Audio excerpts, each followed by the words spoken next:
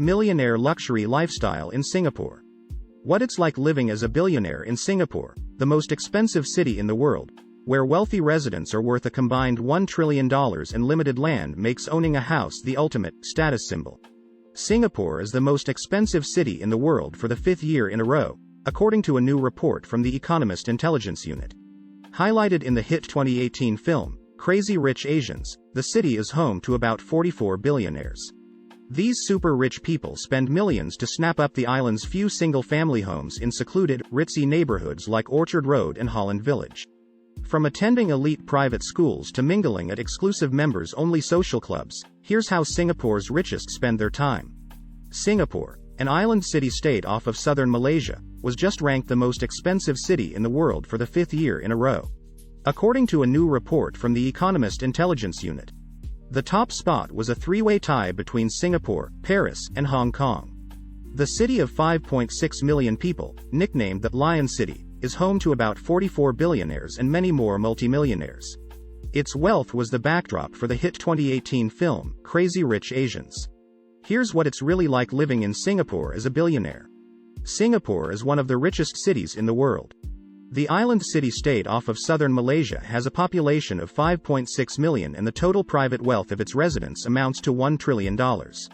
It's home to approximately 44 billionaires, making it the seventh top billionaire city in the world following New York, Hong Kong, San Francisco, Moscow, London, and Beijing. The number of millionaires in the city has been steadily climbing as well. Between mid-2017 and mid-2018, the number of millionaires spiked 11.2% up to 183,737. It's also one of the most expensive cities to live in. In 2018, it topped the list of the world's most expensive cities to live in for the fifth year in a row in a survey that compared the prices of more than 150 items including bread, wine, cigarettes, and gas in 133 cities. The city's wealthy elite were portrayed in the 2018 blockbuster, Crazy Rich Asians, where they were shown living in lavish mansions and living outrageous lifestyles. Singapore's real-life billionaires include Robert and Philip Ng, two brothers worth a combined $12.1 billion. They control the Far East Organization, Singapore's largest private landlord and property developer, which was founded by their father, Ng Teng Fong, in 1934. Then there's the Wee family. Wee Cho Yaw, who's worth $6.4 billion, founded the United Overseas Bank, Singapore's third-largest financial institution, in 1935.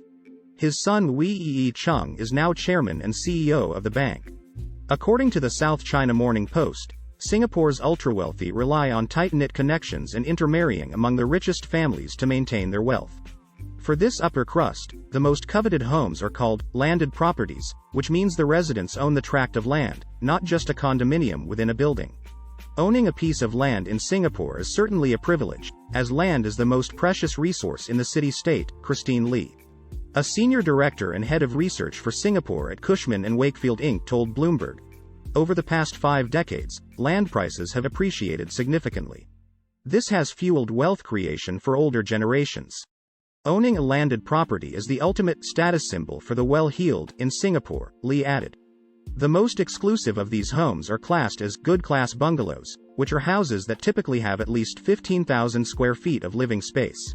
These types of homes are few and far between, however, with only about 2,700 of them on the island. And only the top 5% of earners in Singapore can afford them. And of course, they're astronomically expensive. Singapore's GCBs, which are located primarily in District 10 and District 11, tend to cost at least $1,190 a square foot. The more attainable type of home for Singapore's rich is something like Dunedin, Singapore. A development of 7 residential towers and 12 semi-detached villas designed by the late Iraqi-British architect Zaha Hadid. Condos currently for sale at Dunedin range from $1.6 million to $4.7 million. The towers are located in Holland Village, a neighborhood that boasts some of Singapore's wealthiest residents.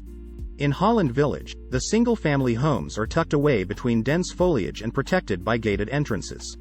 In another of Singapore's ritziest neighborhoods, Orchard Road, luxury apartments start at about $22 million. It's also the city's commercial and shopping hub lined with luxury stores like Prada and Cartier in the futuristic Ion Orchard shopping mall. When they need to unwind, The city's elite can be found at one of Singapore's luxury spas, such as the Remede Spa at the St. Regis Singapore or the Auriga Spa. At the Capella Hotel on Singapore's Sentosa Island, which offers a bespoke, specially curated menu of treatments exclusive to Capella Singapore. The resort, like Sentosa Island, boasts some of the area's best beaches and a marina where the rich can dock their yachts. Filled with casinos, water parks, and carnival rides, it's known as Singapore's playground. But you'll most likely find the high flyers at the ritzy Sentosa Golf Club, with its stunning views of Singapore's skyline. The golf course is reportedly frequented by foreign dignitaries and celebrities. When it comes to dining, you might spot a billionaire or two at Cut by Wolfgang Puck, which serves dishes like Japanese Wagyu beef, steak tartare, veal tongue, caviar, and Maine lobster. It's located in Marina Bay Sands, the Singapore landmark that includes a hotel, a casino, a museum, a shopping mall, and incredible views of the city and the bay.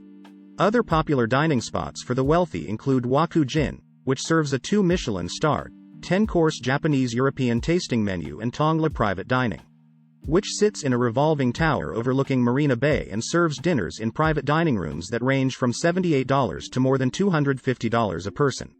When it comes to socializing, Singaporean billionaires can be found mingling at private members-only clubs such as Straits Clan. Straits Clan costs about $3,400 to join and includes bars, restaurants, workspaces, wellness and fitness spaces, and exclusive events. The club describes its community as one that is defined by passions, not professions. Beyond accolades or achievements, people, with a great story to tell and an insatiable hunger to know more and do more. Many are rising stars, cultural enthusiasts, creative multi-hyphenates, and those fighting the good fight. But while Straits Clan caters to a newer generation, one of the oldest private clubs in Singapore is the super-exclusive Tanglin Club, which was founded in 1865 by Thomas Dunman, Singapore's first police commissioner. Membership fees are about $4,500 a year. To become a member, an applicant must be nominated by 2 active members who have been in the club for at least 3 years.